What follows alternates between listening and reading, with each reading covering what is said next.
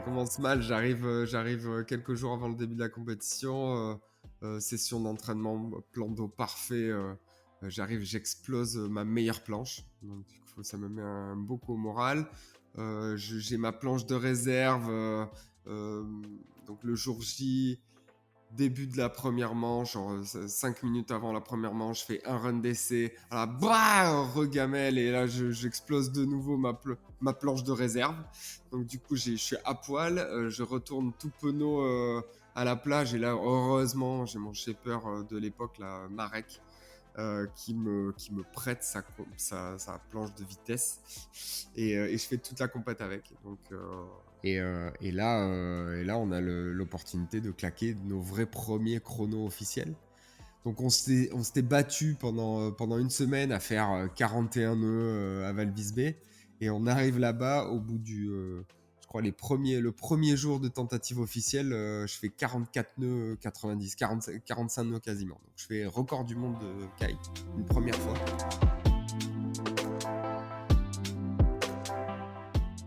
Fais de ta vie un rêve et d'un rêve une réalité, nous dit Antoine de Saint-Exupéry. Bonjour à tous, je suis Pierre-Arnaud d'Estremaux, voyageur et aventurier à mes heures perdues. J'ai créé le podcast Un bol d'air avec pour seul but de vous faire découvrir la face cachée de la vie des plus grands aventuriers, voyageurs et sportifs de ce monde, pour connaître tous les engrenages et les rouages qui façonnent finalement l'image publique que nous avons d'eux. L'idée est très simple, prendre 1 heure de leur temps pour vous partager les anecdotes les plus folles et vous faire rêver un peu. Bonne écoute!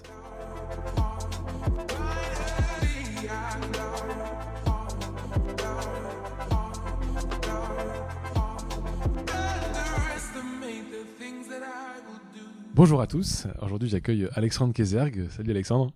Salut Pierre-Arnaud. Merci de prendre ce temps. Alors peut-être pour ceux qui ne te connaissent pas, même si ton nom fait quand même partie des grands du kitesurf, est-ce que tu peux te présenter s'il te plaît ? Alors, j'ai donc 41 ans. J'habite Port-Saint-Louis-du-Rhône. Je suis né à Marseille. Port-Saint-Louis-du-Rhône, c'est une petite ville à l'embouchure du Rhône. Je suis kitesurfer depuis 2002. Ça fait 18 ans. Je suis toujours autant passionné. J'ai 4 titres de champion du monde de vitesse, 6 records du monde de vitesse, dont 2 records du monde absolus, tout engin confondu sur l'eau. Premier homme à avoir franchi 100 km/h sur l'eau, et actuellement détenteur du record du monde kite, qui est aujourd'hui le 2e meilleur chrono de tous les temps, propulsé par le vent. En vitesse, du coup c'est qui le premier ? C'est Sail Rocket. Sail Rocket, qui est un bateau qui est skippé par Paul Larsen, et qui est lui à 120 km/h. Moi j'ai un record du monde kite à 107,3 km/h. Ah ouais, il y a quand même Il y a un gap. Il y a un gap, ouais. Et alors comment ça commence ce kite du coup ? Parce que bon, je suppose que comme moi, tu t'y es mis dans les années 2000 quelque chose, 2005. C'est quoi le déclencheur ? Le déclencheur, je pense, bien évidemment, c'est mon père et mon frère qui se procurent une des premières ailes dans le sud de la France. À l'époque, c'était une Wipika classique. C'était début fin 99-2000, et du coup eux qui défrichent un peu qui défrichent le sport, qui se prennent plein de gadins, qui se font des marches à pied de malades pour revenir à leur point de départ. Moi qui leur fais la sécu en jet à l'époque, là. Et je l'ai ramené assez souvent, et du coup j'en ai eu un peu marre de faire la sécu, et donc je m'y suis mis, et coaché par mon frère et Jean-Baptiste, et du coup je suis tombé addict, comme à peu près tous les kitesurfers le sont aujourd'hui. Ça c'est énorme. Et alors t'en fais dans tes... C'est quoi ? C'était avec quel âge à ce moment-là ? T'avais 23, 25 ? Alors j'avais 2002, j'avais 22 ans, et je découvre ce sport, et très vite je deviens super accro, quoi. Je pense plus qu'à ça. Dès qu'il y a le moindre courant d'air, il faut que j'aille à l'eau. T'as l'impression, c'est ce qui est vraiment addictif dans le kite, c'est que à chaque fois que tu sors, au début, t'as l'impression peut-être 2 fois plus fort à la fin de ta session. Et donc la courbe de progression, elle est juste énorme. Et je sais pas, ça faisait 1 mois que j'en faisais. J'avais des potes qui faisaient du windsurf.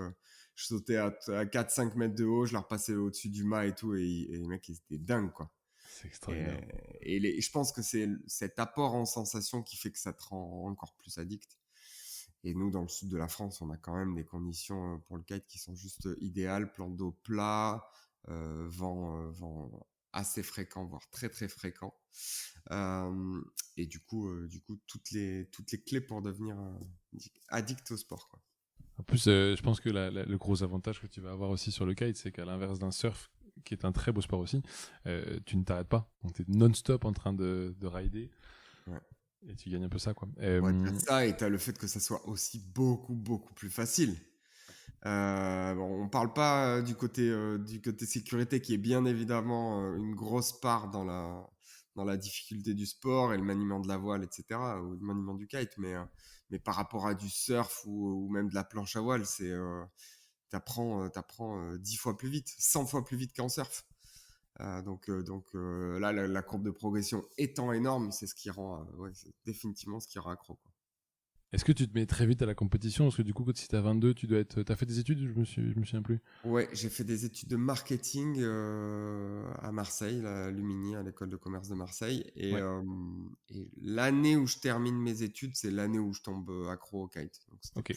plutôt bien tombé. Ouais. Heureusement d'ailleurs. Et du coup, mon diplôme de marketing en poche, j'ai des parents qui me poussent pas dehors de la maison tout de suite et qui me disent bon. On a bien compris que tu aimais bien ce sport. Moi, j'ai dit, moi, je veux absolument trouver un job dans le milieu. Et du coup, il me laisse du temps pour trouver ce job-là, que je trouve en fin d'année, quoi, en décembre. Donc, du coup, ce qui me donne vachement de temps pour progresser. Ouais. Donc, je fais pas de compétition tout de suite. De la compétition, je vais en faire à partir de 2005. Donc, Ok. ouais, 4 ans après mes débuts en kite, quoi. Ok. Et le travail, du coup, tu disais Alors, heureusement. le travail, j'ai eu la chance de trouver un job dans une boîte, une centrale d'achat Ok. qui s'appelait le groupe H2O, qui était à Marseille et qui achetait du matériel et qui vendait du matériel à un réseau de magasins de sport de glisse, Ok. les magasins Magic Surf. Et aussi en plongée sous-marine. Donc, moi, je m'occupais de la partie kite. Ça me permettait d'être en contact avec beaucoup de gens du milieu et de tester surtout beaucoup, beaucoup de matériel. Et d'avoir des horaires de bureau. Donc, à 5h30, je terminais à 5h le travail. À 5h30, j'étais dans l'eau, quoi, en train de naviguer. Donc, ça a été vraiment un job super. Bon, donc j'étais commercial, hein, je vendais du matos à des magasins. Et en même temps, c'était génial parce que tu étais en contact avec le matériel. Et ça m'a permis de pas mal apprendre. Déjà de me faire un petit réseau dans le monde du kite. Et ça m'a pas mal aidé parce que quand j'ai voulu démarrer la compétition, trouver un premier sponsor qui allait me procurer du matériel performant pour la compète, bah, j'étais en contact avec F1 et c'est une affaire qui dure maintenant depuis plus de 15 ans. Et, génial, quoi. Ouais, génial. Belle histoire. Très très belle histoire de partenariat. Tu dis que les compétitions commencent en 2005. Tu t'es inscrit comment? C'est par hasard? C'est un de tes potes qui a dit tiens, viens faire ça? Comment tu. Alors, moi j'habite Port-Saint-Louis qui est un super spot de vitesse. On a un plan d'eau plat qui est génial pour s'entraîner.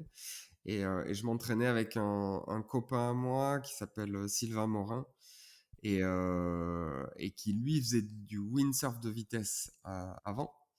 Et quand le kitesurf de vitesse est arrivé, il a bien sûr mis les pieds dedans. Et moi, je l'ai un peu suivi à l'entraînement au début. Je me suis fait faire une planche, puis 2 planches. Et on s'entraînait ensemble. Et du coup, on avait nos GPS qui nous donnaient déjà un peu de data sur nos perfs. Et je m'apercevais bien que j'avais largement de quoi faire en compète. Donc lui parle de moi à Pascal Maca, qui était l'organisateur du mondial du vent à l'E4 en 2005. Et il me passe une wild card pour participer à l'événement. Ok. Et en avril 2005, donc. Ok. Et là, compétition, tu fais un bon score. Tu commences comment? Est-ce que tu commences Ça tout de suite commence dans le top mal. 3 ou... Ah non, Ça tu commences mal. commence mal. Ça commence mal. J'arrive quelques jours avant le début de la compétition. Session d'entraînement, plan d'eau parfait. J'arrive, j'explose ma meilleure planche. Donc, du coup, ça me met un beau coup au Merde. moral. Ah oui. J'ai ma planche de réserve.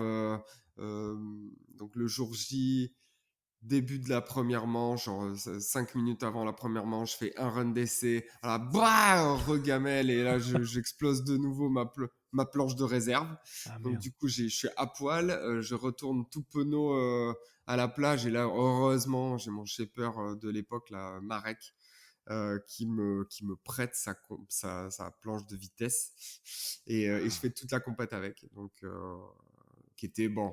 La planche était faite pour son gabarit, donc beaucoup plus étroite que moi. À l'époque, j'étais un peu lourd, donc c'était un peu technique, mais voilà, ça me permet de faire toute la compète, et je finis 12e sur, on était une petite quarantaine, et je fais le 10e meilleur chrono de l'époque. Donc c'était à la fois pas un résultat mirobolant, mais c'était super encourageant, en tout Ouais. cas pour moi, et ça me donne surtout le goût du tirage de bourre, quoi.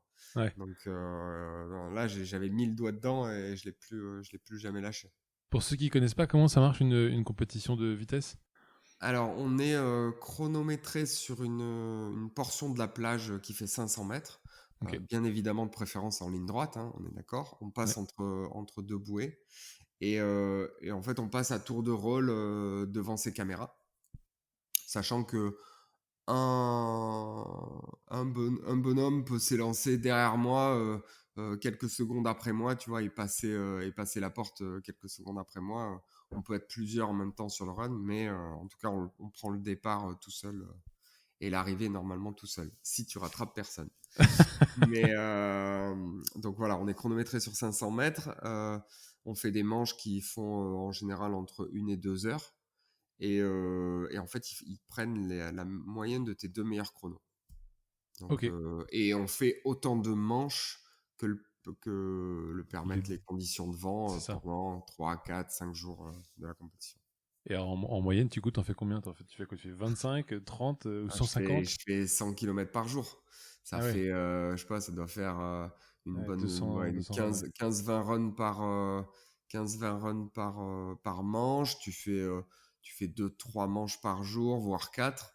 Mais surtout, la portion de 500 mètres, donc celle-là, c'est pleine balle, et en général, c'est un peu abattu. Donc, pour remonter à la zone de départ, tu fais beaucoup plus que 500 mètres finalement, Ouais, ouais, bien et sûr. dans un angle qui longe pas forcément la plage. Donc, tu te fais des fois 5 km de kite pour faire un run de 500 mètres. Sans compter la queue leu à l'entonnoir du début du run, qui est aussi un peu technique. Parce que vous commencez élancé ou vous commencez Ouais, ouais, dans l'eau? on a une zone d'élan qui fait, selon les événements, ça fait 300, entre 200 et 300 mètres. Ah ouais, donc t'as un peu de marge, ouais, ok. Ouais. Et on a 100 mètres où on est vraiment obligatoirement tout seul. Et c'est un peu la zone de sécurité avant les 500 mètres, où là, on est pleine balle, quoi. Ouais, bien sûr. Et alors, tu t'arrives 10e, c'est quoi les tailles d'équipe en général dans une compète? Les tailles d'équipe, Pardon, les nombres de personnes qui participent. on est ouais, entre une 30 et 40. Ok. Donc c'était premier quart, premier tiers de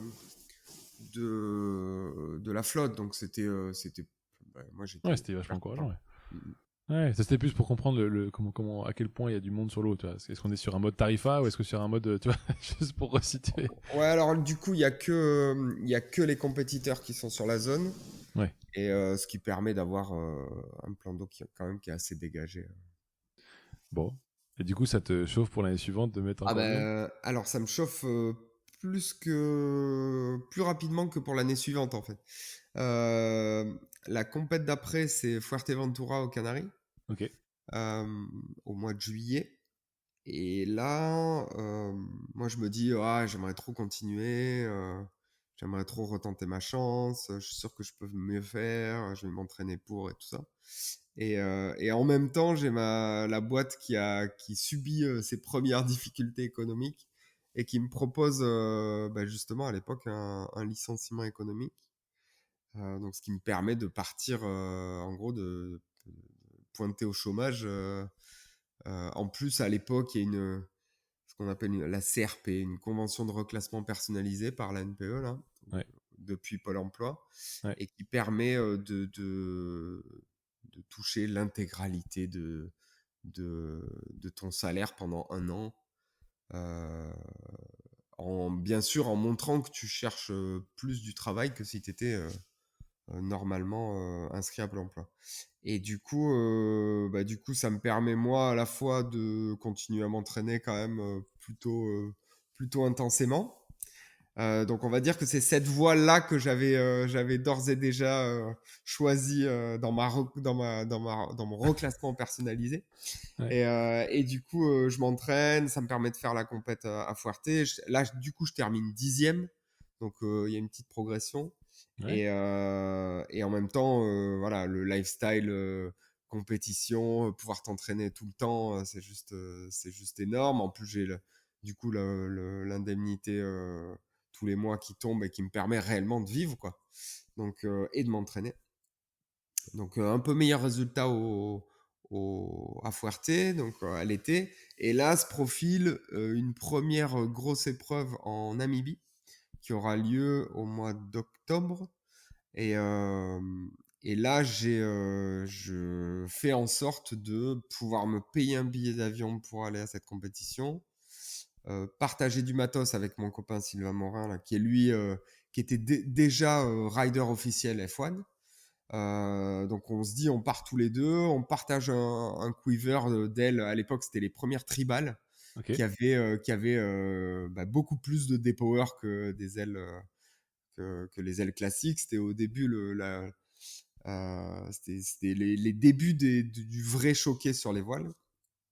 Et donc on part en Namibie tous les deux avec ce kit de tribal et là ça se passe beaucoup mieux qu'à Fuerte, beaucoup mieux qu'à Leucate et je fais le deuxième meilleur chrono de la compète. Ouais. Je fais 41 nœuds quand le record de l'époque il est à 41,79. Donc c'était super proche du record du monde. Donc je finis quand même quatrième au pied du podium et mon copain Sylvain il finit premier. Donc avec Trop bien. une moins bonne top speed, mais bon bref l'alchimie marche bien, quoi, l'équipe marche bien et là j'ai un coup de fil d'F1 alors que je suis encore en Namibie, il me dit bon écoute je te rentre officiellement dans le team si tu veux bien et là bah, je couvre tous tes déplacements à l'international etc. Pour justement poursuivre poursuivre ce truc qui est devenu finalement un rêve et un but assez rapidement, alors que au mois d'avril, j'ambitionnais juste de me faire plaisir en Mieux. compétition, Ouais. et au final, ça se transforme en job et surtout en but à atteindre, qui est de devenir le plus rapide du monde sur l'eau, quoi. Ouais, carrément. Peut-être pour juste reprendre le terme, t'as cassé deux planches à la première compète. Entre, Ouais. entre avril et octobre, t'en as refait faire du coup. Est-ce que tu sais pourquoi ça a cassé? Alors j'en ai refait faire et j'en ai recassé. J'en ai recassé justement à Fuerte là, En juillet? et au mois de juillet en fait les planches étaient à la fois trop raides et trop fragiles. Ok. Donc ça je l'ai appris et j'ai de la chance. Donc c'est des plans d'eau qui sont quand même totalement différents. À Fuerte il y a beaucoup de clapots, il y a des vagues, c'est super technique. T'as très souvent l'occasion d'enfourner, donc de faire des arrêts nets. Et donc là, la planche, elle subit des chocs, des flexions de malade. Et moi, costaud à l'époque, je faisais un peu plus de 80 kilos. Les planches, elles résistaient pas, quoi. Donc je les pliais. j'en pliais 2-3 par compétition. Donc, du coup, j'étais parti à Fuerte avec un peu plus de matériel qu'à l'E4. Ça m'a pas empêché d'en casser quand même 2, je crois, encore. Donc bon, voilà. Et en Namibie, pour le coup, là, elle est beaucoup plus raide. Et là, la planche casse pas. Et par contre, plan d'eau aussi beaucoup plus plat, donc moins l'occasion de tomber. Ouais. Mais par contre, avec une planche plus raide, bah, du coup, c'est un peu plus perfo. Même si c'est plus dur dans les jambes, c'est plus perfo. C'est la chute qui te fait casser la planche, tu dis? C'était souvent la chute. Ouais. En fait, j'avais l'avant qui décrochait. Ouais. Et au moment, au moment où le rail raccrochait, là, en gros, tu as tout ton poids qui vient sur la jambe avant. Et là, la planche, elle plie et elle casse, quoi. Des grosses Voilà. blessures, tu t'es fait des blessures en compétition à ce niveau-là ou pas? Alors, dans toute ma carrière, je me suis fait des petites lésions aux côtes, mais bon, ça c'est la classique du kitesurfer. Mais non, je me suis quand même fait une rupture totale du ligament croisé antérieur, qui est la blessure classique du freestyler, hein, en kite. Ouais. Tous les freestylers se sont fait les croisés. Suite à une chute en 2014 à l'E4 en compétition. Non, pas en 2014, en 2012. Ça fait beaucoup plus longtemps. Ouais. Mais c'est la seule vraie. Après, je me suis fait des entorses au genou, mais bon, ça c'est banal. Mais la rupture du LCA, ouais, c'était la grosse blessure qui m'a laissé éloigné de l'eau pendant 2 mois. Ouais. Et Ouais. c'est la seule fois où je me suis réellement blessé. D'ailleurs, petite dédicace à mon camarade Antoine Albo, d'ailleurs, où j'ai écouté avec plaisir son podcast que vous avez fait ensemble, où lui dit oui, la vitesse en kitesurf, c'est dangereux, blablabla. Alors, pour la petite histoire, moi, j'ai jamais saigné en kitesurf, en Hein? vitesse, alors que Ouais. moi, je l'ai ramené une fois sur mon jet ski, la bouche en sang, en Coupe du Monde de vitesse à Port-Saint-Louis chez moi en 2005. Donc ça, c'était la petite dédicace à mon copain Tonio. Mais non, non, après la compétition de vitesse en kitesurf, il y a rarement de grosses blessures. Il y a eu des grosses blessures, mais c'était souvent lié au danger du spot plus qu'à la discipline. Donc non, moi je suis pas rebondir sur 150 mètres, ça m'est déjà arrivé plein de fois. Ouais. Mais de là à dire que c'est un gros choc, c'est très très très rarement un gros choc. Ok. Enfin, Antoine, je pense qu'il prend des râteaux beaucoup plus gros que moi en speed. Il y a pas photo. Alors que je vais beaucoup plus vite que lui. Ça c'est de nouveau la petite Petite pique à mon taquinerie. copain Ok. Antonio. Je me rends pas compte à quel point t'es plus harnaché à un wishbone qu'à un chicken loop, tu vois. Je sais pas qu'est-ce qui tire le plus. Alors, bah, le problème, c'est que une fois que tu as perdu l'équilibre en vitesse attachée à ton wishbone, tu es obligé de partir en catapulte avec la voile, quoi. Chut, Donc, vertical. plutôt horizontal. Bah, Horizontal et puis vertical quand tu impactes l'eau. Ouais, donc, ça fait vraiment cet effet pas lance-pierre, mais genre catapulte, quoi, la vraie. Alors que nous, en vitesse, on a vraiment, moi, ça m'est arrivé plein de fois de, de rebondir sur l'eau pendant longtemps avant de t'arrêter. Tu rebondis un peu, genre sur le dos, mais c'est pas plus dangereux que ça. Et bon, après, par contre, il faut pas que tu fasses un arrêt net. Ça m'est arrivé une fois, bah, justement, quand je me suis fait le croisé à l'E4 là, où ouais, je suis passé de 50 nœuds à 0 en une seconde, et où là c'est la planche qui plonge, et du coup c'est ton genou qui pète, quoi. Mais voilà, ça m'est arrivé une fois en 20 ans. c'est quoi la technique du coup quand tu fais de la vitesse et que tu dois t'arrêter et que t'as plus de la planche au pied, t'as rien? Tu mets la main, tu mets le pied, tu mets quoi? Non, non, en général tu groupes et t'attends l'impact. tout en poussant un peu sur la barre quand même, hein. Ouais, Il faut penser à choquer pour freiner parce que si tu restes bordé, effectivement, là, ouais. ça peut durer très longtemps. Bon, alors du coup, 2005, 12, puis 10, puis Ouais, 4. ouais. Et ça a quand même vraiment changé en tout cas ma vision de l'entraînement, la mise au point du matériel, parce que du coup j'avais quand même beaucoup plus de temps et beaucoup plus, j'allais dire, d'assurance dans mon style de vie. Ouais. Donc on a vraiment travaillé sur du matériel plus performant, qui me correspondait mieux. Donc j'avais des planches, on a fait faire de nouveau des planches qui correspondaient à ce dont j'avais besoin, en tout cas pour mon gabarit et mon style de navigation. Et du coup, ce profil, une épreuve qu'on organise avec mon club de kite, donc DMC, qui décide d'organiser donc en 2006 la première étape de la Coupe du Monde. Euh, la première étape de la Coupe du Monde 2006 chez moi à Port-Saint-Louis. Ouais.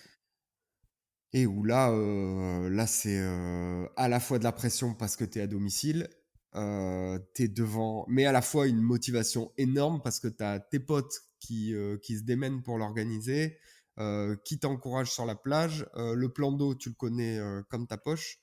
Et du coup, celle-là, c'est ma première victoire en Coupe du Monde. Donc ça a été un moment énorme. À l'époque, c'était mon père qui était maire de Port-Saint-Louis et qui me remet le trophée. Ah, ça, c'était au-dessus les étoiles, quoi. Non, c'était vraiment magique et tout le monde à la maison, fiesta. Bon, bref, c'était vraiment très très bien. Et ça a réellement lancé ma carrière et du coup, les étapes se sont enchaînées. Je termine deuxième de la Coupe du Monde en 2006. Ok. Donc finale aux Canaries et mon pote Christophe Pringuénan qui gagne. Euh, et ça a été ça a été vraiment je vais dire toute cette année-là, ça a été les débuts de se dire ah mais finalement ça peut être plus que juste un truc pour kiffer, ça peut devenir un job. Euh, et faire en sorte de bien mettre en place toutes les choses qui vont te permettre de pouvoir considérer ça comme un job. Donc, trouver des partenaires qui t'aident à te financer. Et donc là, je signe en 2006 avec Ouest Provence, qui est le syndicat d'agglomération nouvelle qui regroupe Port-Saint-Louis et d'autres villes autour. Donc Fos, Istres, Fos-sur-Mer, Istres, Miramas, bon bref. Et c'est là mon premier vrai sponsor qui me finance. Donc avec un budget qui me permet de, de vivre, de réellement en vivre et, euh, et de pouvoir m'entraîner, de pouvoir voyager pour m'entraîner. Ça aussi, ça a été de grosses étapes et de pouvoir être de plus en plus performant. Ce qui me permet en 2007 de claquer mon premier titre de vainqueur de la Coupe du Monde. Donc c'était parti, quoi. Ça se fait également sur plusieurs manches et donc tu comptes Ouais. les points à la fin de l'année et donc Alors ok.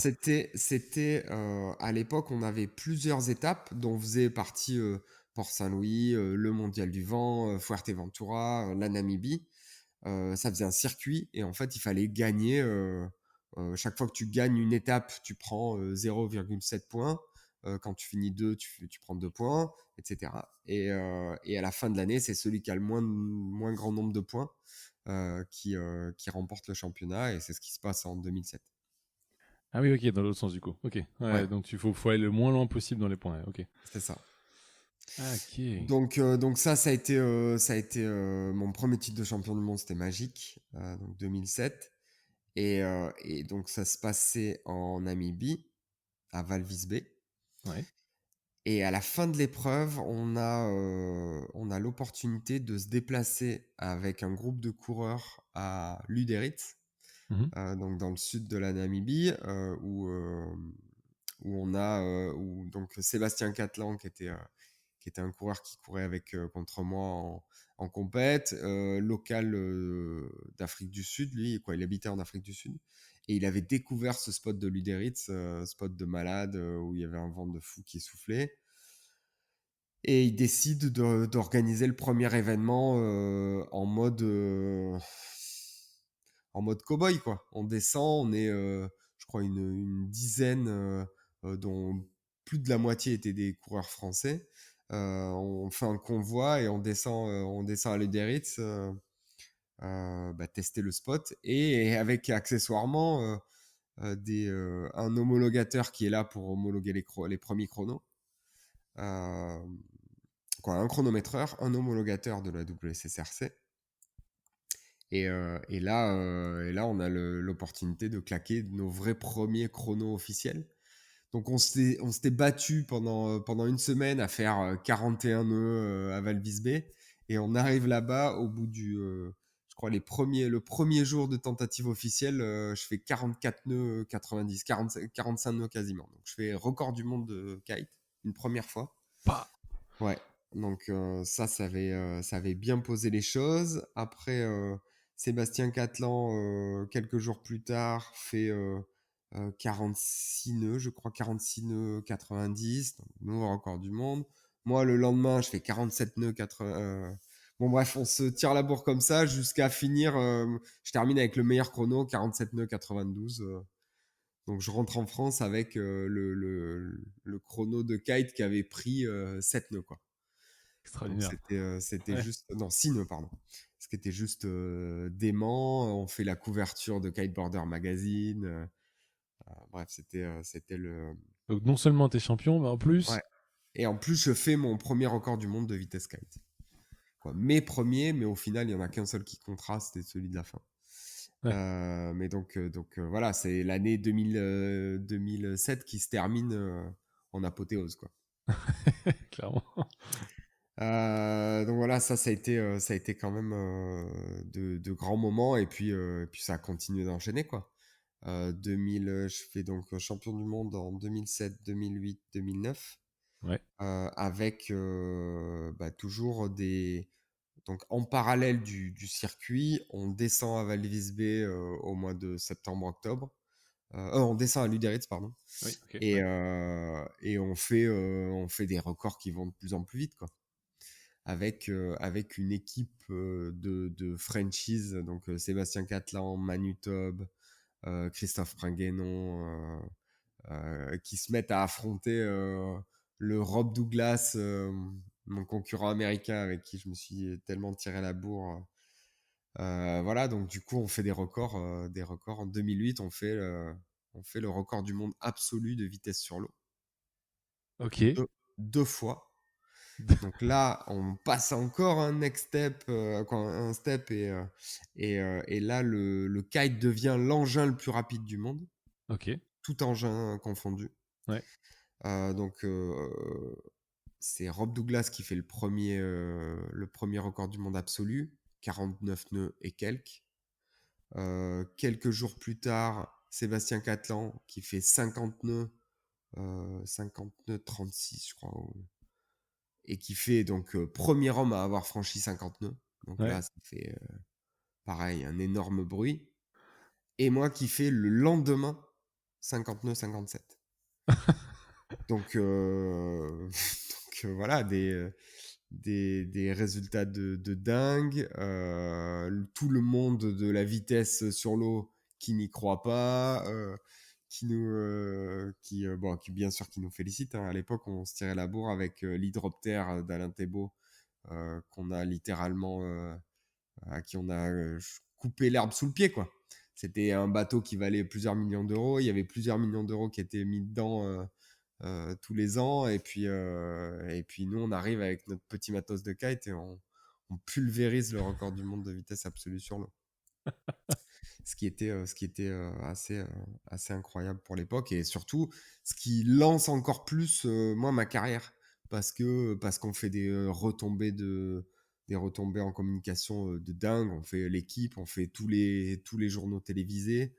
Donc c'était ouais, c'était magique, quoi. Pour ça, Si on fait une petite parenthèse rapide, Ouais. matos, elle ressemble à quoi la planche de vitesse versus une planche que quelqu'un en kite normal pourrait avoir? Alors, la planche de vitesse aujourd'hui, parce que depuis, bien sûr, attends, il faut que je baisse ça. Hop. Euh, la, alors, la planche de vitesse, aujourd'hui, elle fait 28 centimètres de large au plus large. Ouais, Elle fait 1,58 m de long. ok, Donc, elle est plus longue qu'un Twin-tip, mais plus étroite. ok, Avec un côté qui est favorable. C'est-à-dire que les planches qu'on utilise pour, pour le record, elles sont faites pour aller de gauche à droite très vite. Même si elles permettent d'aller dans l'autre sens aussi moins vite, mais tu arrives quand même à remonter au vent avec une planche comme ça. Attends, de gauche à droite, dans le sens du coup, tu vas être en inversé. Enfin, pas régulier, Bâbord, mais. bâbord, c'est ça. Ah, bâbord, oui, pardon. Goofy. Ok. Non, Goofy, non, ouais, c'est ça. pardon. Tribord, mais en mode goofy. Ouais, c'est ça. Donc Ok, ok. pied droit devant. Pied droit devant. Ce qui est le cas du coup de tous les coureurs qui vont essayer à chaque fois? Alors, ça dépend du spot. Ouais, C'est-à-dire que si tu as un spot qui est fait pour aller vite de gauche à droite, bien sûr, en général, les spots, ils sont faits parce qu'il y a un angle de vent, pour un angle de vent donné. Et ouais. donc, du coup c'est pour ça qu'elles sont faites. Là, en l'occurrence, c'est un peu le hasard hein, de tomber sur des spots qui sont. C'est marrant, mais la plupart des spots étaient favorables de gauche à droite. Ok. Donc Luderitz, le spot qu'on a créé en Camargue, pareil. Donc beaucoup de spots comme ça. Et vous êtes tous en majorité Goofy plutôt? La blague, c'est que moi, je suis régular. Ça, au début, ça a sûrement dû influencer ma perf, mais aujourd'hui, c'est comme si j'étais Pareil, ouais. goofy de base, quoi. Ouais. Donc, j'ai plus aucun.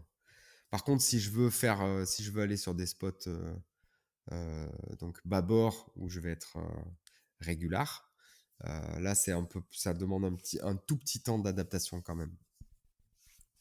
Voilà, je dois avoir mon bassin qui est un peu décalé pour aller vite de gauche à droite. Tu parlais de Rob tout à l'heure, ton concurrent Ouais. américain. Il y a quand même beaucoup de noms français dans la liste.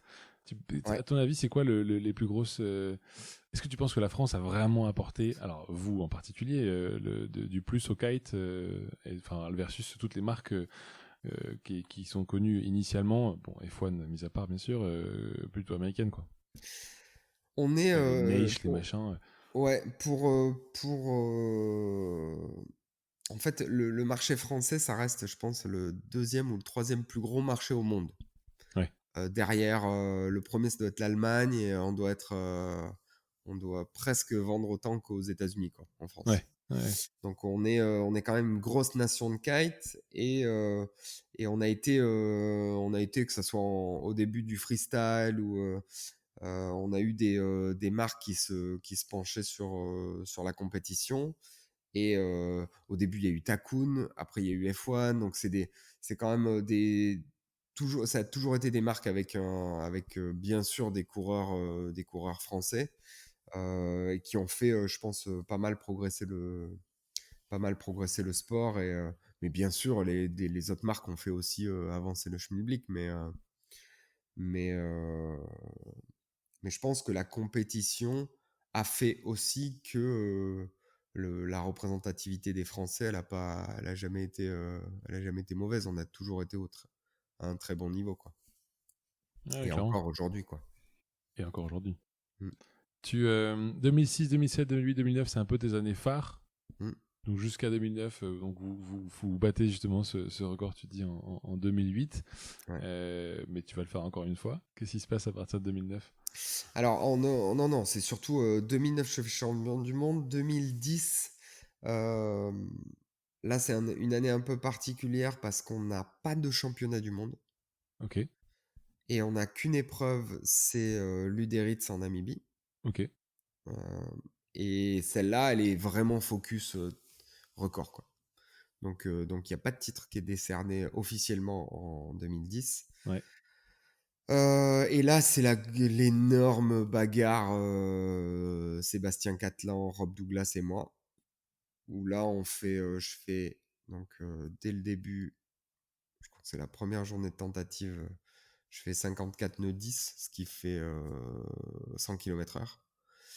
Où là, ça tombe comme une massue sur tout le monde. Un petit peu sur ma tête aussi, parce que honnêtement, je pensais pas qu'on arriverait à ces vitesses-là aussi rapidement.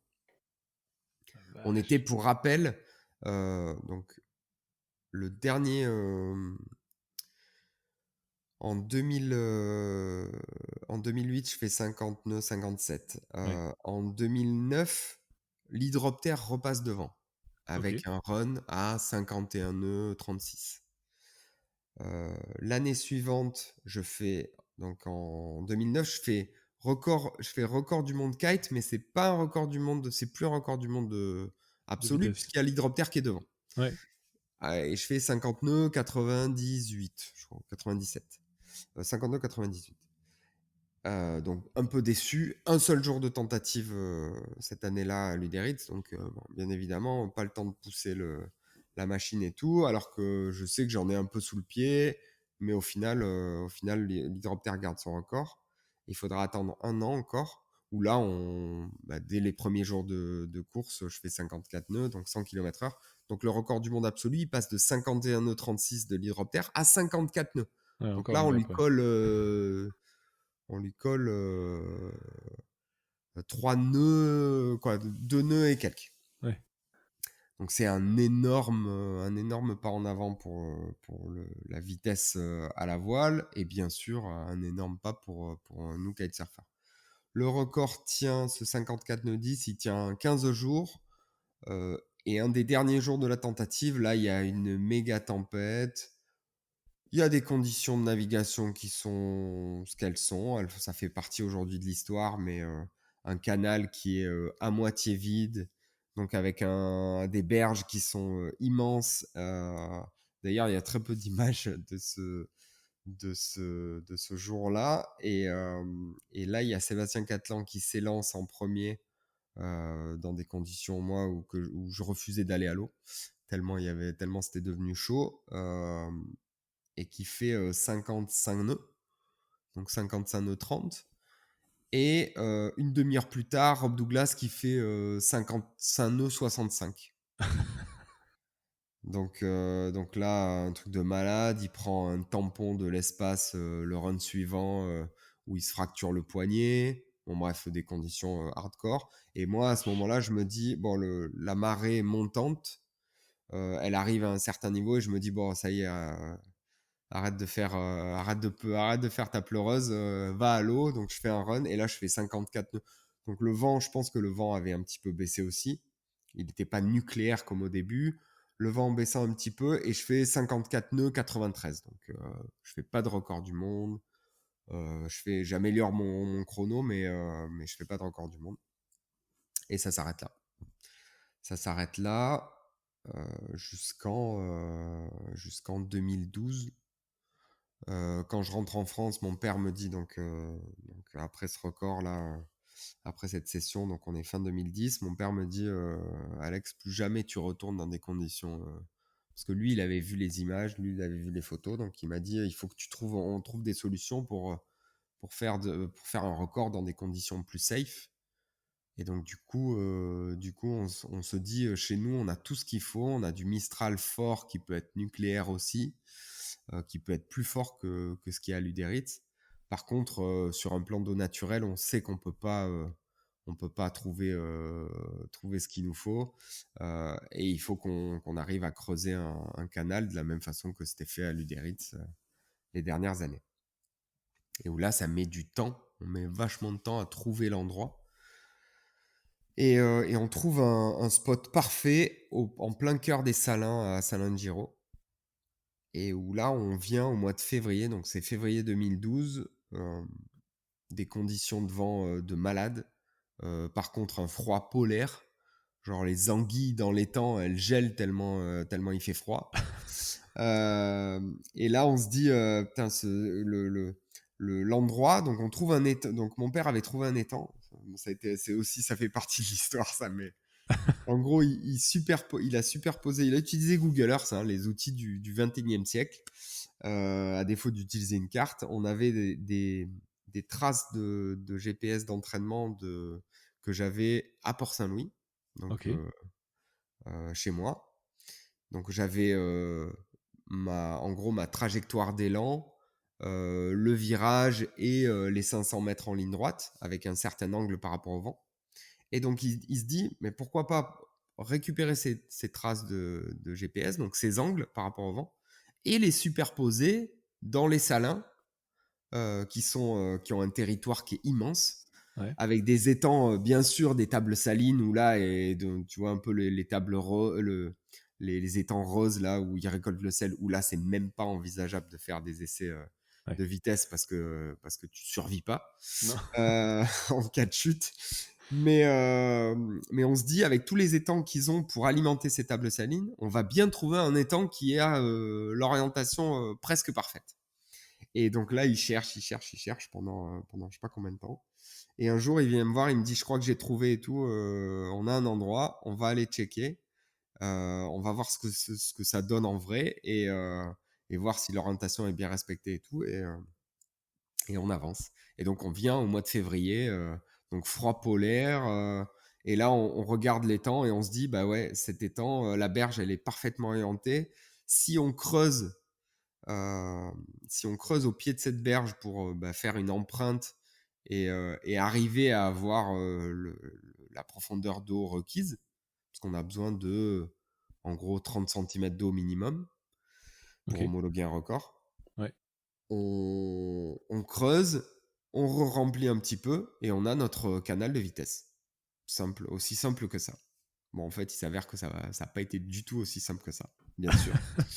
Donc, il a fallu obtenir déjà les autorisations des salins de faire quoi que ce soit dans les salins, parce que c'est un terrain qui est privé, un terrain qui est industriel, où ils cultivent du sel, tu vois. Donc c'est un terrain où, bien sûr, tu peux pas faire ce que tu veux et il y a des engins qui passent et tout. Donc, bon. Il a fallu montrer patte blanche, qu'on était des gens sérieux, qu'on avait des entreprises de BTP avec lesquelles on allait travailler. Donc, on fait venir un géomètre qui nous trace, en gros, le canal à creuser. On fait venir une première entreprise d'excavation, donc avec une pelle mécanique, qui se met à creuser dans l'étang là. Donc tu as la pelle mécanique qui est sur la berge, posée sur des espèces de plaques en métal pour pouvoir s'appuyer, parce que bien sûr c'est de l'argile partout. Donc c'est une patinoire pour la pelle mécanique. Ça s'enfonce, ça glisse. Bref.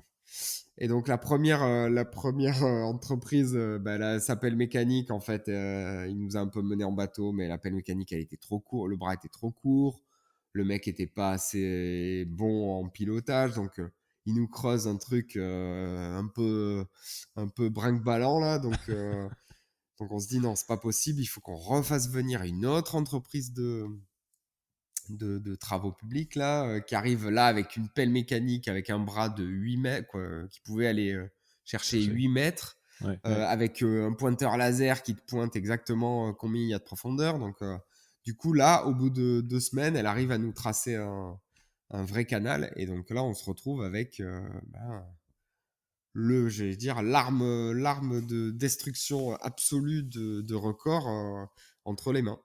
Et du coup, et ça fait quelle taille le canal du coup pour comprendre? 500 de long je suppose, mais non, peut-être plus donc même. 800 de long. Ouais, ok. Donc avec 150 mètres de zone d'élan, 150 mètres de zone d'arrêt, 8 mètres de large, entre 30 et 50 cm de profondeur tout du long. Donc je peux te dire qu'on a déplacé pas mal de mètres cubes d'argile. C'était surtout de l'argile. Okay. Et du coup, on se retrouve avec le canal creusé en octobre 2012. Bon, entre-temps, il se passe un petit pépin, c'est que je me fais donc ligament croisé antérieur, rupture totale au mois d'avril à Leucate. Zut. Juste avant, je venais de signer un partenariat, donc j'avais Volkswagen en partenaire à l'époque, Volkswagen utilitaire. Ouais. qui me fournissait des combis, d'un autre monde, qui était bien sûr l'arme absolue de tout kitesurfer qui se respecte. Et du coup, j'avais signé un partenariat avec eux pour qu'ils m'aident justement à construire ce canal. Ok. Donc, donc je signe le partenariat en mars 2012. En avril 2012, je me pète le croisé. Et là, je me dis, mais ça va être compliqué quand même. Tu vas. Bon, en plus, donc je reste hors de l'eau pendant 2 mois. Pendant 2 mois. Un mois complet à rien faire sur mon canapé. Alors, ça a été, je pense, le mois le plus long de toute ma vie. Parce que je pouvais même pas, je pouvais même pas marcher. Il fallait que je marche avec des béquilles et tout. C'était l'enfer. Après, je me fais un mois de rééducation au CERS à Cap-Breton. Où là, l'objectif, donc avec l'équipe de médecins qui m'entouraient, ils me disent non, mais alors, tu te présentes devant un choix. Ou bien tu te fais opérer, et là, par contre, tu es out pendant 1 an. Ou bien tu te fais pas opérer, et il y a des sportifs, il y a des sportifs qui ont réussi ça, qui font une rééduque et qui repartent qui repartent au combat. Et c'est bien sûr ce qu'on choisit, parce que à l'époque, j'ai 35 ans. Et je me dis, le truc, tu vas pas. Non, j'ai pas 35 ans, qu'est-ce que j'ai 32 ans. 2012, 30, Je ouais, me c'est ça. dis, ouais. J'ai 32 ans, je me dis, ma carrière, en l'occurrence, depuis mes débuts en kite, ma carrière, je me disais tout le temps, ouais, tu fais ça pendant 2 ans, après tu passeras à autre chose. Bon, bref. Euh, 12 ans plus tard, j'ai 32 ans et je me dis, bon, là, tu vas pas non plus. J'ai des partenaires qui me font confiance. Il y a tout qui se déroule devant moi. Je vais pas arrêter pendant 1 an au risque de perdre tous mes sponsors et de même pas avoir la garantie de récupérer ton niveau avant la blessure. Donc, Ouais, bien sûr. donc du coup, on fait break pendant 1 mois de rééducation à Cap-Breton, où là, l'objectif, c'est de récupérer ma cuisse le plus rapidement possible. Donc ischio et quadri, j'avais perdu, je sais plus, je crois que j'avais perdu 8 cm de diamètre de tour de cuisse, donc c'était énorme.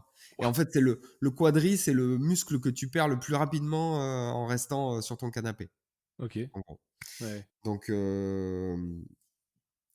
j'arrive à récupérer quand même pas mal.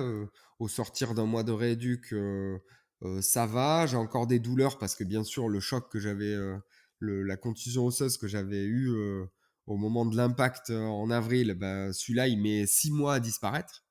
Mais bon, tu sais que tu as mal pour une chose, c'est le bleu à l'os que tu vas garder pendant 6 mois et qui fait mal. Ouais. Mais ça, voilà, c'est pas pire que ça. Je me fais concevoir une orthèse, du coup, qui m'a accompagné et qui m'accompagne toujours parce que je me suis toujours pas fait opérer. Ah oui. Donc je passe ça fait beaucoup rire tout le monde. Et ils m'appelaient Robocop au début jusqu'à ce que je leur mette une rouste sur l'eau. Donc voilà. Donc j'arrive avec mon attel et du coup, là, on a les championnats du monde en 2012 qui sont quasiment toujours chez moi, qui sont en Camargue à San Giro, qui sont organisés par mon club et où là ça se passe, c'est dur quoi. C'est dur, je me remets à peine dans l'eau, j'ai mal et du coup je fais septième. Mais par contre, j'arrive à faire toute la compète. J'ai mal, mais ça va, tu serres les dents. Et je me dis que voilà, avec de l'entraînement, avec continuer la rééducation, ça sera bien. Et puis du coup, je me dis, donc septembre, octobre, on attaque les travaux du canal. Et je me dis, il y a quelque chose à faire. Il y a quelque chose à faire, quoi. Il y a plus qu'à. Ouais, ouais. Il y a plus qu'à. Donc je me fais plaisir et j'invite mon copain Rob Douglas à venir se tirer la bourre avec moi sur mon canal tout frais. Viens essuyer les plâtres des débuts avec moi et du coup on se tire la bourre et je termine à un nœud derrière lui. Lui il fait 53 nœuds et quelques et moi je fais 52 nœuds et quelques, qui sont les meilleurs perfs de l'année en vitesse parce qu'en même temps ça continue de courir à l'Uderitz. Ouais, ouais, ouais. Mais en même temps, on prouve qu'il y a quelque chose à faire en Camargue. Ouais, ouais, Et ouais. ça, c'était vraiment l'objectif. C'était à Ok. la fois, l'objectif, c'était de revenir en France pour pouvoir contrôler un petit peu plus la sécurité.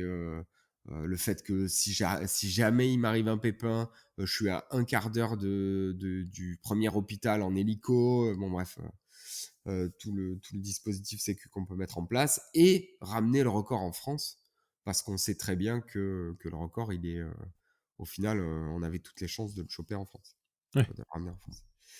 Et c'est ce que je ferai l'année suivante, donc en 2013. ouais. On fait de nouveau une tentative en mars 2013 où là, on améliore encore les chronos et où là, je passe devant mon copain Rob Douglas. Donc, je fais 54 nœuds, 54 nœuds et quelques. Et lui, je pense qu'il fait 53 nœuds et quelques. Au mois de mars, il fait froid. Bref, c'est encore une super belle bataille. Et là, c'est moi qui termine devant. Donc je me dis, c'est bon, maintenant t'es prêt, tu peux y aller. Et le créneau suivant, il est en octobre 2013. Où là, malheureusement ou heureusement pour moi, mon copain Rob Douglas peut pas venir. À l'époque, je sais plus trop. Donc, il organisait une compète en même temps chez lui. C'était vachement proche et en termes de timing. Et du coup, il peut pas venir. Et il me dit, écoute, si jamais il y a des conditions, je débarque, je saute dans un avion, j'arrive, je débarque et puis on se tire la bourre. Je dis pas de problème et tout, donc je le tiens à jour tous les jours. Il regarde la météo et tout.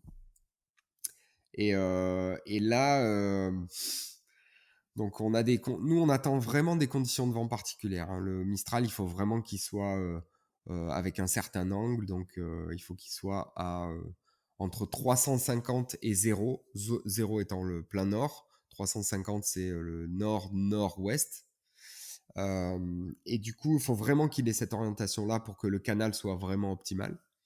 Et, euh, et du coup, on attend donc les conditions météo. On est en stand-by météo. En gros, on dit à la fédération, à l'organisme qui homologue les records, qui est la WSSRC, World Ouais. Speed Sailing Record Council.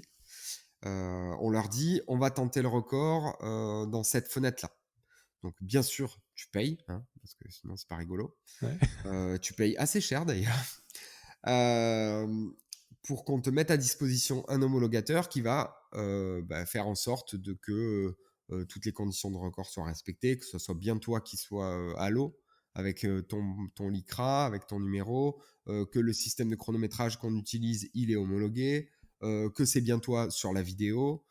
Et c'est lui qui, avec le chronométreur, recale le run, etc. Le run, s'il y a run de record. Ok. Et donc quelques jours avant, donc on a ce stand-by météo d'un mois. Et la semaine avant, le début de la tentative, la tentative démarre. On attend les conditions. Et puis il y a un fort coup de vent qui arrive, mais bon, c'est pas la bonne orientation. Et là, dans la météo, c'est très perturbé. Il y a des gros nuages, des orages et tout. Donc, on ne sait pas trop ce que ça donne le dimanche. Et le lundi était prévu un nord-ouest, pas avec le bon angle et pas très fort. Et en fin de compte, l'espèce de grosse tempête, elle se décale.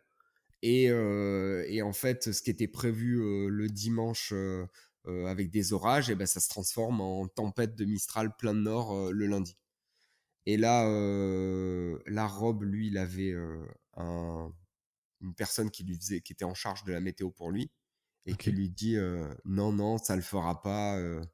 Les conditions, ça sera pas de bonnes conditions, ça sera Ok. pas le bon angle, ça sera pas la bonne force. Et bref, il vient pas. Et du coup, moi, je me retrouve tout seul ce jour-là où, eh ben, en fait, il y a des conditions, ça monte crescendo et des conditions nucléaires ce jour-là.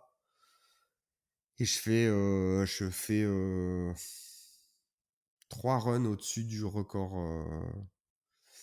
non, je fais 3 runs au-dessus de 53 nœuds, donc des beaux runs, et un run à l'époque 56 nœuds 67, je crois. Ouais, Ce qui encore colle un coup de. un nœud au précédent record, quoi. Ouais.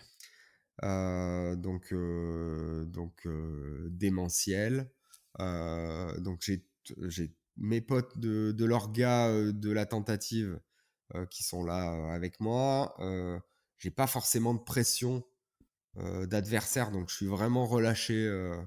Même si j'ai le couteau entre les dents, je suis quand même plutôt relâché. Et en fait, la pression, c'est juste celle que je me colle moi-même en me disant il faut que tu sois au rendez-vous des conditions. Le vent monte crescendo petit à petit là, et les chronos aussi. Donc, ça te met dans une espèce de transe où tu vois que ça monte. Et où, au moment où il y a la bonne rafale, t'es en haut du run, on te dit c'est bon, c'est la bonne, vas-y, tu t'élances. Et là, c'est un coup de pied aux fesses, de bout en bout, où dès le début tu te dis waouh, ça va vite, et où en plein milieu du run tu te dis bon, maintenant l'objectif c'est d'aller jusqu'au bout du run, Ouais. de tenir debout, et puis le run il finira par payer, quoi, et ça paye.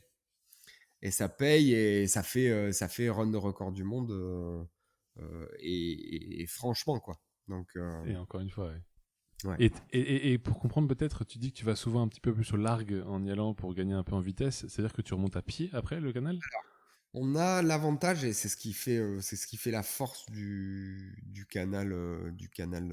Salt and Speed. C'est comme ça qu'on l'a appelé. Euh, c'est comme ça qu'on a appelé la tentative. On a un étang qui est juste à côté de notre canal de vitesse là. Ok. Donc on a à la fin du run, je remonte un petit peu en kite dans la zone d'arrêt. Et là, je rejoins la berge. J'ai quelqu'un qui me récupère par le harnais, voire deux personnes si le vent est très fort. Et ils viennent, ils me font remonter un petit peu au vent, et ils me posent dans l'étang qui est à côté, et qui lui me permet de revenir à la zone de départ en navigation. Ce qui permet d'une part de pas couper, pas t'arrêter, parce qu'en général il fait pas très chaud, hein, il fait 10-11 degrés, donc le statique, c'est vite de rester statique. Et on a le fait de ne pas avoir à poser ton kite, de ne pas avoir à dégonfler, rembobiner tes lignes, revenir à la zone de départ en voiture ou à pied, et au contraire rester chaud, rester concentré. Ça te permet de récupérer aussi de ton run. Ces petites 10 minutes en navigation, elles sont hyper bénéfiques, et ça reste aussi, ça te permet de rester très très focus sur la navigation. T'as pas un peu le côté aussi, comme tu dis, que tu pars souvent de gauche à droite. Moi, je sais qu'en kite, je fatigue sur une jambe, j'ai très envie de passer sur l'autre, tu vois. Et donc, t'as un peu comme tu viens de faire 800 mètres sur une jambe, le remonter sur l'autre jambe est quand même plus Bah, agréable, non? le pire, c'est que en fait, tu remontes pas, tu soulages pas plus. En fait, vu l'orientation du run, tu remontes vraiment en zigzag. Donc, tu fais des courtes distances sur une jambe. Donc, tu as le temps de vraiment reposer. Effectivement. Mais en général, à la fin du run, j'ai pas ma jambe qui est fatiguée. Donc, ça va. C'est à la fin de la journée où tu les trouves un peu lourdes, quoi. Ouais, Mais pas à la fin de run. Je vais plus avoir le cardio à fond ouais. pendant quelques secondes. Sachant qu'on s'en rend pas compte, hein, mais moi j'ai mon cardio qui monte à 200 pulsations minutes sur un run de vitesse. Et que sur le run de vitesse. Donc je pense que c'est dû aussi en partie au rush d'adrénaline que tu te fais au départ. Parce que les sensations, elles sont énormes. Et aussi le fait que tu as quasiment tout ton corps de gainé, et du coup, ça sollicite le cardio. Bien sûr. Est-ce que tu penses que l'arrivée du foil va faire encore accélérer les choses ou pas? Enfin, C'est va faire, très, ça a commencé très, déjà, mais. très ambigu. Très ambigu je pourrais pas te dire de réponse là tout de suite maintenant, pour deux choses. Si on part du principe que l'architecture du foil qu'on va utiliser en vitesse, c'est la même que celle qu'utilise Nicolas Parlier en race, ça marchera jamais. Ça marchera jamais. La stabilité, la stabilité du foil en général, elle est quand même beaucoup liée au positionnement de ton corps sur l'engin. C'est toi qui gères l'assiette et l'altitude. Et ça, à des vitesses très élevées, du coup, tu as le moindre petit mouvement qui va qui va être amplifié. Bon, du coup, les foils, aujourd'hui, les foils de race, ils sont pas faits pour aller très vite. Donc, il faudrait concevoir quelque chose qui soit fait pour aller vite. Ce qui n'a, je pense, jamais réellement été fait. Et il faudrait, je pense, un petit peu d'asservissement pour au moins gérer l'assiette. Voilà. Ah, bien L'assiette sûr. ouais. Ok. Mais ça passe par la création d'un engin spécifique. Ouais, bah tu te diras, tu faisais une petite pique tout à l'heure à Antoine. Antoine disait aussi que la limite maintenant c'est le matos, hein. C'est plus Ouais. vraiment les humains, hein. Ouais, On ouais. arrive à un stade où ça commence à être délicat de faire autrement qu'avec du matos qui suit, quoi, qui tient la route. Mm-mm. Tu nous ferais un petit brief de ce que tu as monté comme projet depuis, du coup? Parce que je sais pas si le kite en vitesse, pour toi, ça s'est arrêté là ou si tu continues encore derrière. Alors, Mais... je continue encore les tentatives, hein. On a fait, donc là, on était en 2013, record du monde. On a fait plusieurs étapes entre 2013 et 2017, Ouais, où j'ai fait mon dernier record du monde ok. et où on n'avait pas eu forcément les conditions de vent euh, optimales pour un record. Donc 2017, dernier record du monde en date, Ok. euh, et où là, je fais 107 km/h. Ouah, Ouais, ça fait 57 nœuds 98 la vache. euh, sur 500 mètres avec une pointe à, je pense, plus de 60 nœuds. Ce jour-là, je fais, alors pas sur mon run de record, sur un autre, où je suis à 57 nœuds aussi, mais je suis un peu moins vite. Je fais 62 nœuds et demi en vitesse de pointe. Ouah. Donc, 112 par là, 112 112 km/h. km/h. Ouais, ça. Ce qui est à la fois fou, mais à la fois pas tant que ça. Aujourd'hui, on se fixe 110 km/h de vitesse moyenne sur 500 mètres en kite. Ça, c'est le next step. Et je pense que c'est un chrono qu'on peut atteindre dès cette année. Tu crois? Ouais. Donc, on retentera 2020. On va peut-être se la jouer à la Jordan et Netflix. On va peut-être se jouer The Last Dance. Rob Douglas et moi, ça serait assez marrant en octobre de cette année là, Ouais, histoire que 2020 ça soit pas que du Covid, mais que ça soit aussi un joli record du monde de vitesse kite. Donc je carrément. pense qu'on peut atteindre, lui ou moi, on peut atteindre 110 km/h, ça c'est sûr. Ouais. Il faudra des conditions de vent adaptées, hein. Donc c'est du vent qui souffle très fort, en général au moins 50 nœuds moyens Ouais. pour arriver à faire 60 nœuds en moyenne aussi. Et ça voudra dire qu'on va chercher 64 nœuds, 65 nœuds en vitesse de pointe, Ouais. ce qui va être coton. Donc en parallèle de ça, donc oui, tentative de record, The Last Dance, Salt and Speed, novembre 2020. Et là, ces dernières années, non, je me suis lancé dans un projet qui est beaucoup plus ambitieux. Peut-être pas sportivement, mais en tout cas technologiquement. C'est un peu lié à ce que je te disais tout à l'heure, à savoir, pour l'instant, l'engin en kitefoil, il n'a pas encore été créé pour aller très vite.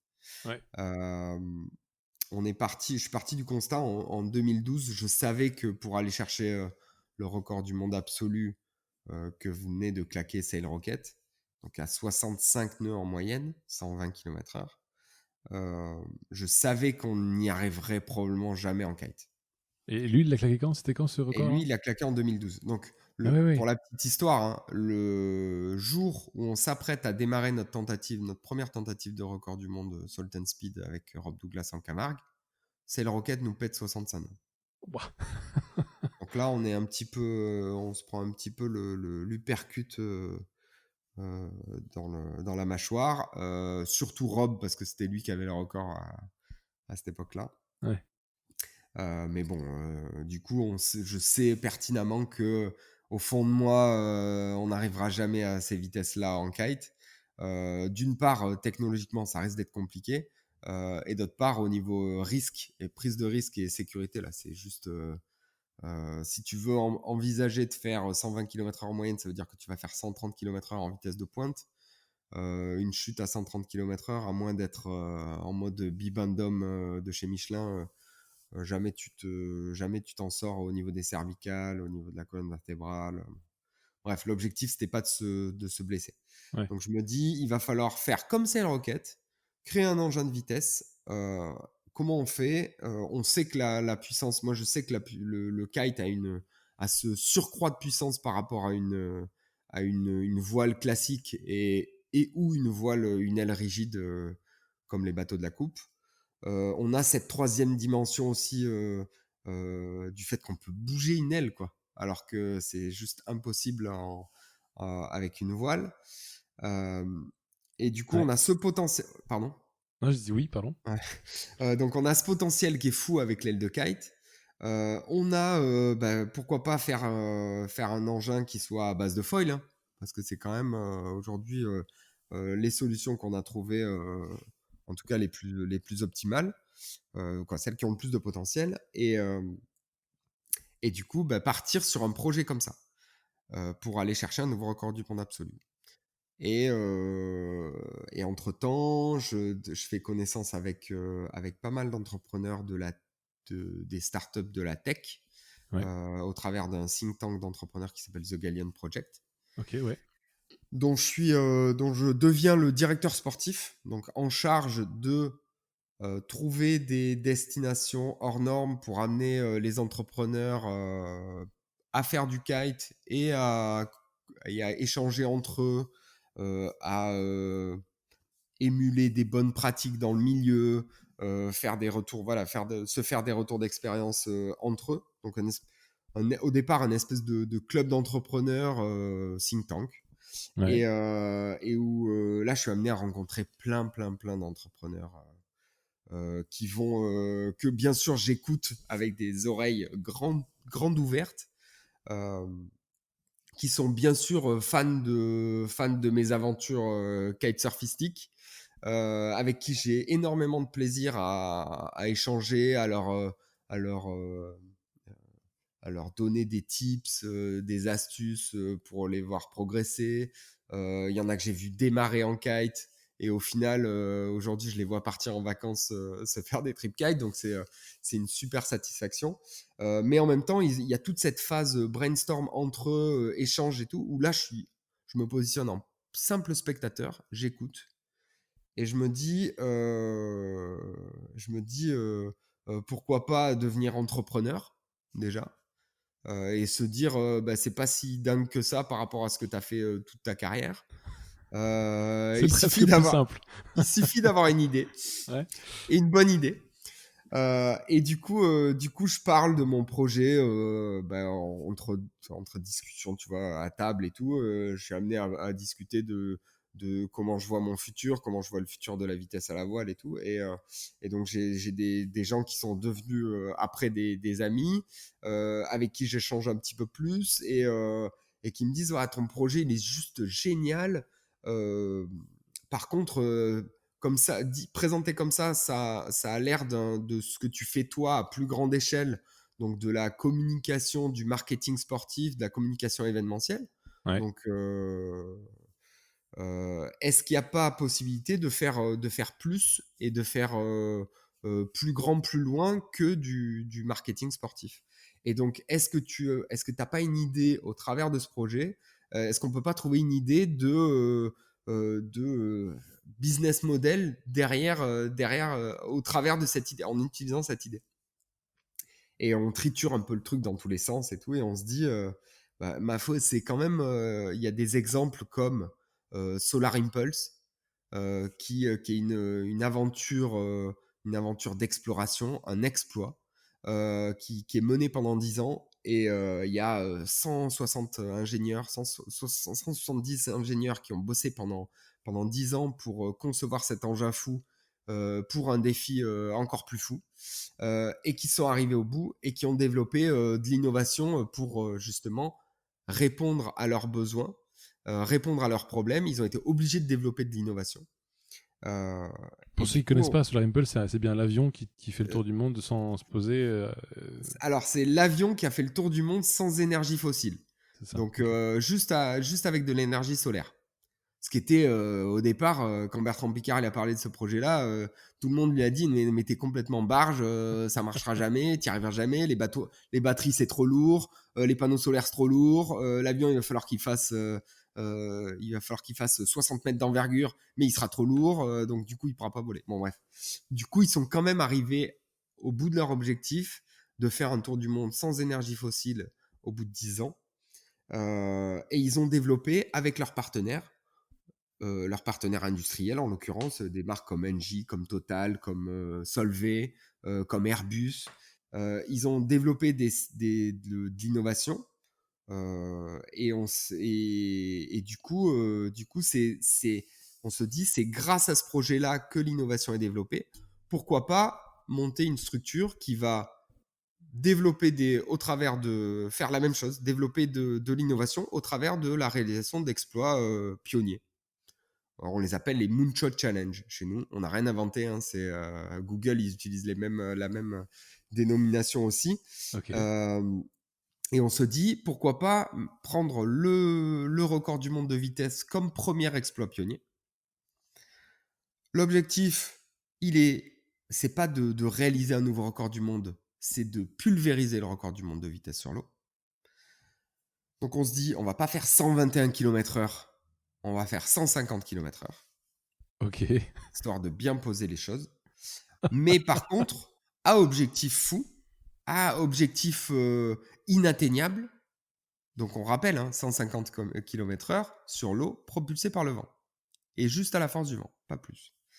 À objectif fou, à objectif inatteignable, eh ben on sait qu'on va développer de l'innovation, on va être obligé de développer de l'innovation pour arriver à cet objectif. La quantité d'innovation qu'on va développer, point d'interrogation en début de projet, bien évidemment. Mais ça permet de fonder la structure qui va exploiter ce projet, quoi, qui va développer ce projet, de la fonder exactement de la même façon qu'une startup de la tech. C'est-à-dire, tu fais, donc tu as des cofondateurs, donc nous on est 5. Il y a 3 personnes qui viennent de la tech et dont 2 qui ont monté des énormes structures, dont un qui a été jusqu'au Nasdaq, donc qui a introduit sa boîte en bourse aux États-Unis. À l'époque, c'était une des 3 boîtes françaises à avoir été introduite au Nasdaq aux États-Unis. Ok. Donc ça, c'était juste énorme. Donc on a 3 personnes qui viennent de la tech, une personne qui vient de l'architecture navale, qui a un passé dans la course au large et dans la conception d'engins nautiques qui Ok. volent, qui voguent sur l'eau, bon bref, euh, d'engins sur l'eau. Et puis moi qui vient du monde du sport et du marketing sportif. Et donc à nous 5, on fonde Sirocco et on parle de notre projet pour trouver des investisseurs qui vont, donc des business angels, ou des smart angels, des gens qui vont être passionnés par notre projet, qui vont nous apporter des choses aussi, et pas simplement que de l'argent, et qui vont nous accompagner tout au long de l'aventure, on l'espère. Et surtout qui misent, voilà, qui parient sur un futur cool pour Sirocco. Carrément. Et donc voilà, on fonde Sirocco en juin 2019. En juillet, on a nos premiers salariés, et donc on commence à créer l'équipe qui va s'attaquer à la conception de Ouais. cet engin fou de record. Et, euh, aujourd'hui, on est une petite quinzaine à Marseille, qui développons à temps plein ce joli projet. C'est extraordinaire. Et tu Voilà. penses que à horizon de quand donc le point d'interrogation, Alors, c'était... on a des échéances déjà qui sont... donc on a un super planning, bien évidemment, hein, on espère tenir tous les délais. On a la mise à l'eau d'une maquette en radiocommandé qui arrivera en septembre, Ok, qui va nous permettre de faire beaucoup de tests et beaucoup de mises au point, notamment au niveau des systèmes de contrôle, sans que je risque ma vie, ce qui est plutôt pas mal. On a un engin qui est bien sûr fou, hein. Je pense que on peut en voir quelques rendus 3D sur le net, si on cherche bien. Mais c'est un engin qui est fou pour atteindre un objectif aussi fou. Donc on l'appelle le Speedcraft et, on exploite le concept de l'aile d'eau. ok. Donc on a à la fois donc on est tracté par une aile de kite géante qui fera autour de 50 mètres carrés. Ouah, Et on a, ça fait beaucoup de surface, ça, quand même. c'est pas une petite aile, donc 50 mètres carrés, une nacelle dans laquelle on sera deux, donc j'aurai un copilote avec moi ou une copilote. On sera deux et la nacelle qui va faire autour de 6 mètres de long. Et pour donc une nacelle qui volera intégralement, qui ne touchera plus l'eau dès qu'elle prend un peu de vitesse. Et un foil qui fonctionne de façon inversée, qui est relié à la nacelle et à l'aile de kite. Et en fait, ce système de foil inversé, alors mon directeur technique aime pas dire que ça ancre la nacelle dans l'eau, mais Ouais, en gros, le foil, il tire vers le bas, l'aile de ouais, kite, elle tire vers le haut, ouais. et on aligne ces deux forces. Ok, Donc on conçoit une pièce vraiment spéciale qui va faire le lien entre ces deux forces. ouais, Et la nacelle, elle est là juste pour le contrôle. Elle ok. n'est pas là pour l'équilibre général de l'engin. Si elle n'était pas là, ça serait la même chose. Il pourrait y avoir un cercle avec des contrôles radiocommandés, ça marcherait aussi pareil. Mais bien sûr, pour des questions d'homologation de record, etc., on ne peut pas avoir tous les systèmes d'assistance. Donc voilà, on a un engin qui est complètement nouveau dans le monde de la voile, qui a jamais, bien sûr, qui a jamais été un concept qui a pas forcément été mené jusqu'au bout, ou en tout Ouais, cas jusqu'au record du monde de vitesse absolue, ouais. mais dans lequel on pense qu'on a un énorme potentiel par rapport à tous les autres systèmes, tous les autres concepts qui peuvent t'amener vite sur l'eau. Putain, Voilà. ça fait quelque chose, hein. Ah, Donc c'est incroyable. alors après c'est toujours pareil, hein, un joli dessin vaut mieux qu'un long discours. Il y a des trucs sympas qui vont sortir au mois de juin, et notamment une animation 3D sur laquelle on travaille là, qui permettra vraiment de visualiser le concept, et je pense qu'il va faire déjà pas mal de bruit. Clairement. Voilà, donc oui, pour en revenir aux échéances, mise à l'eau de l'engin radiocommandé, quoi, de la maquette radiocommandée, au mois de septembre, fin septembre. Ok, Et ensuite,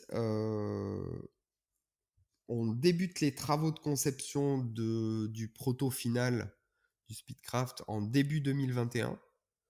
Mise à l'eau septembre 2021. Et ok. les premières tentatives fin 2021, début 2022. Ah, c'est ambitieux, hein. Voilà. Ça va arriver très Donc vite. le timing, il est très serré, Ouais, mais en même temps, c'est ce qui permet, voilà, c'est ce qui permet de canaliser l'énergie de l'équipe, et qui fait pareil, une target folle à atteindre en j'allais dire maintenant en quelques mois. clairement. Ce qui fait vraiment aujourd'hui pour moi, ce qui me passionne dans Sirocco, c'est bon, bien sûr tout le côté innovation, parce que t'as des problématiques à résoudre qui sont dingues. Mais il y a aussi tout le travail d'équipe qu'on verra pas forcément quand on mettra l'engin à l'eau, mais on a une équipe qui est ultra motivée. On a des gens des experts aussi qui sont passionnés par le projet, qui nous aident, avec qui on fait des brainstorms de temps en temps et du coup qui permettent de challenger les choix de notre équipe ou qui permettent de nous apporter des lumières sur certains points. Ouais.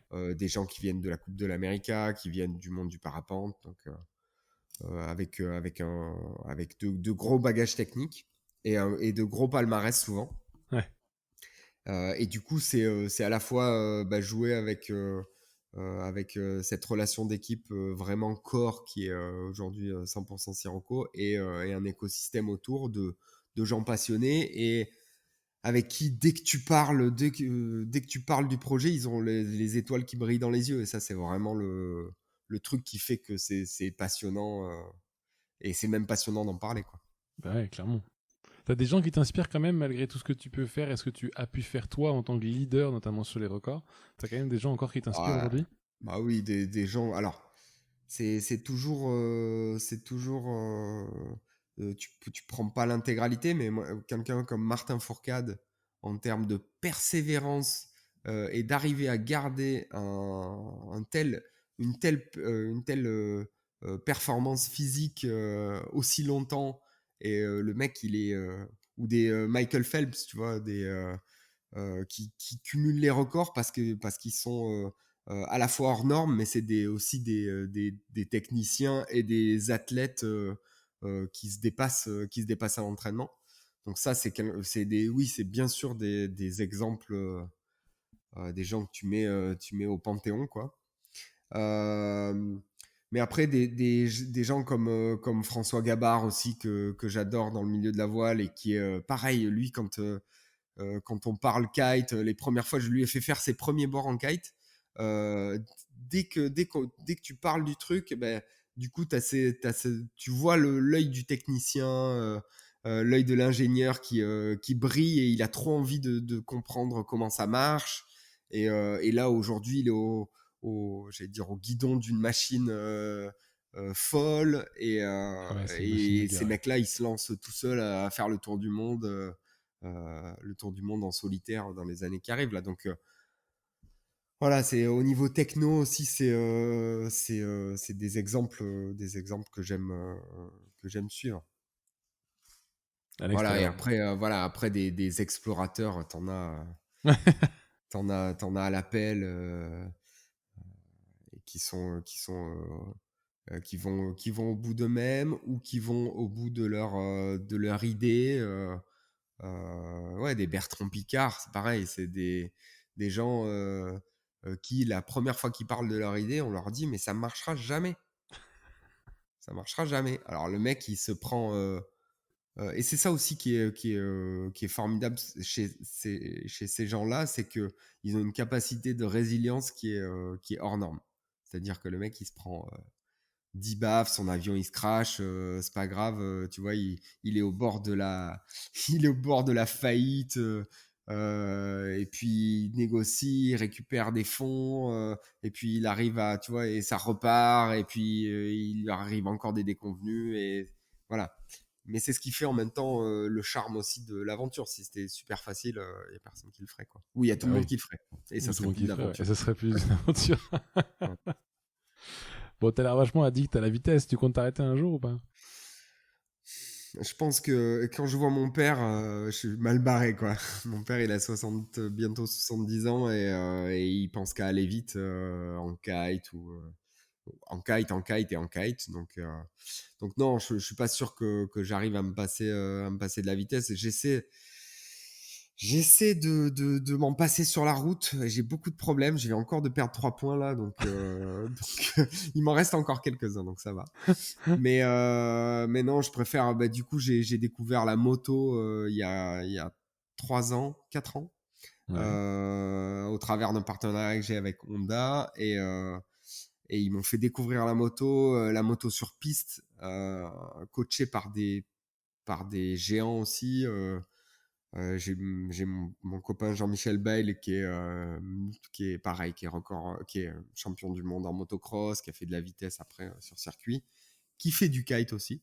Et donc, on s'échange un peu des tips, chacun pour nos supports respectifs, là.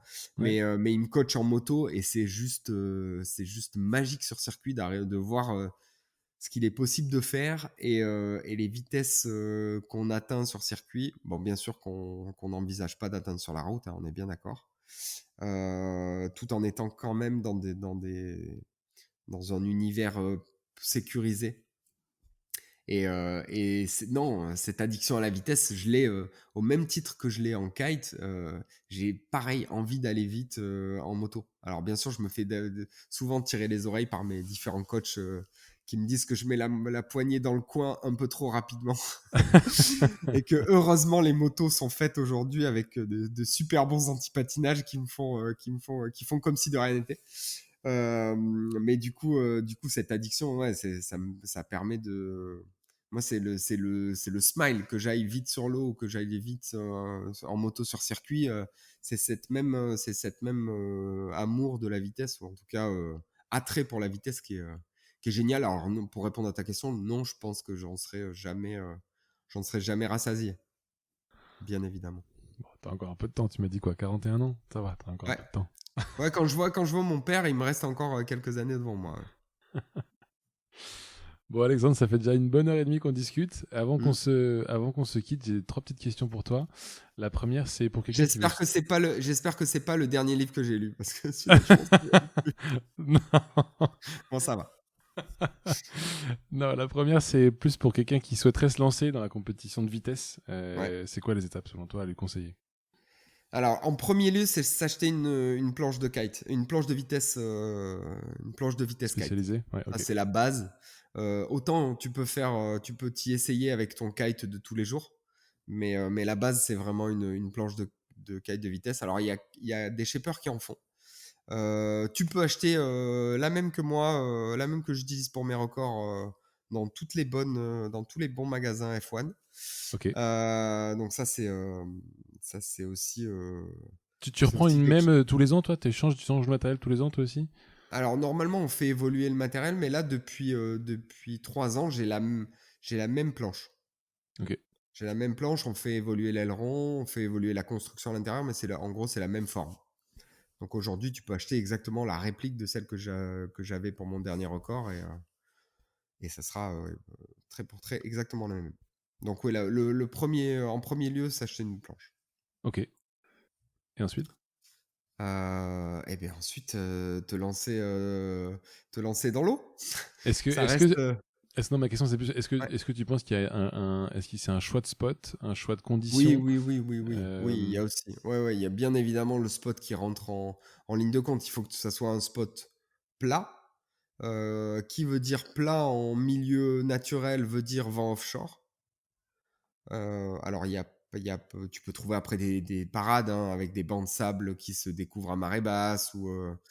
Mais le combo vent fort, mer plate, ça c'est vraiment la base. Et du coup, déjà essayer d'aller vite avec le long de la plage. Le long de la plage, ça permet déjà d'essuyer pas mal de plâtre du début. Et après, il faut essayer de commencer à abattre, à glisser un petit peu plus avec le vent et où là, ça demande de changer de position, de se mettre un petit peu plus en arrière pour éviter d'enfourner. Donc, tu relèves un peu l'avant de ta planche et faire ça. Alors après, tu peux trouver des spots où il y a peu de profondeur d'eau et où du coup, tu vas arriver à trouver de la mer à peu près plate, même en, même en t'écartant de la plage. Alors des spots avec des algues qui vont t'aplatir le plan d'eau. Et puis en avant, quoi. Ah, tu crois que En les avant. algues c'est bien par rapport à l'eau propre? Oui, parce qu'en général, elles suivent à peu près l'orientation du vent. Donc, bon, tout dépend les algues. Hein. Si tu me dis, nous, on a des algues type un peu Posidonie. Si elles sont dans l'axe de ton aileron, ça gêne pas, quoi. Tu laboures pas. Voilà. Ouais, ouais. Quoi, tu Bon, moissonnes pas, plutôt. ouais, ouais. Question 2, c'est comment on te suit? Alors, tu as parlé de plusieurs projets, notamment Sirocco. Où est-ce que t'en en parle? Comment on te suit? Alors, le cœur, ça reste quand même ma page Facebook Alex Kézergue. Ok. Ou la page Sirocco aussi. Donc Oh. SYROCO et pas SCIRO. Bon, bref. On a fait au plus simple. Et notre nom de domaine sur le site web, c'est syro.co, siro.co. Parfait. Voilà, et après Instagram, Instagram, Facebook, ça reste, C'est classique, quoi. le classique. Ouais. Voilà. Top. Dernière question, Alex. Si jamais tu rencontres, tu as l'occasion, la capacité technique, puisque tu parles d'innovation, de re-rencontrer Alex qui est en école de marketing à 21 ans, qui n'a pas touché une planche de kite, tu lui dis quoi? Je lui dis tiens, et je lui tends du matos de kite. Peut-être qu'il sera encore plus fort. Non, je lui dis termine tes études, mon petit. Ouais. Ça c'est vraiment et je suis très très heureux d'avoir été jusqu'au bout de mes études en marketing. Ça m'a d'ailleurs beaucoup servi pour ma carrière parce que je serais il faudrait que tous les kitesurfers professionnels et presque tous les sportifs professionnels aient déjà ce bagage marketing parce que c'est la base d'apprendre à se vendre soi-même. Alors après il y a des gens qui l'ont de façon innée, hein. Moi, j'ai un associé qui est commercial dans l'âme et il pourrait vendre n'importe quoi à n'importe qui. Mais moi, c'était pas mon cas et je pense qu'il pour arriver à se vendre soi-même, le bagage technique c'est bien aussi. Donc des études de marketing, des études de commerce, c'est juste un super tremplin, en tout cas en parallèle d'une carrière pro. Ça, donc je lui conseillerais de bien terminer ses études, de bien avoir son diplôme, et puis après de se lancer, voilà, je lui filerais du matos perfo d'aujourd'hui, et il irait encore plus vite, et il économiserait. Non, mais non, je lui dirais de persévérer dans ses études et de se lancer à fond dans le kite et de voir ce qu'il adviendra. Et je pense que le destin, voilà, je crois beaucoup dans le destin et le fait que si quelque chose doit arriver et que t'es motivé et passionné, ça finit par arriver. Peu importe le chemin, mais le but à atteindre, si t'es passionné, on y arrive. Bon. Merci pour ce temps, Alex. J'étais vraiment ravi de C'est moi. cette rencontre. C'est Et moi. puis, écoute, à très vite sur l'eau, du coup. Hein. Enfin, carrément. Donc venez dans le meilleur spot de France, dans le sud de la France, à Port-Saint-Louis-du-Rhône. On a de super plans d'eau et pas que de vitesse. Voilà. Oui, pas que de vitesse. Ça Bon, roule. merci beaucoup et j'espère qu'on se croisera très vite sur l'eau. Avec grand plaisir. Salut Alex. À bientôt Pierre Arnaud. Bye bye.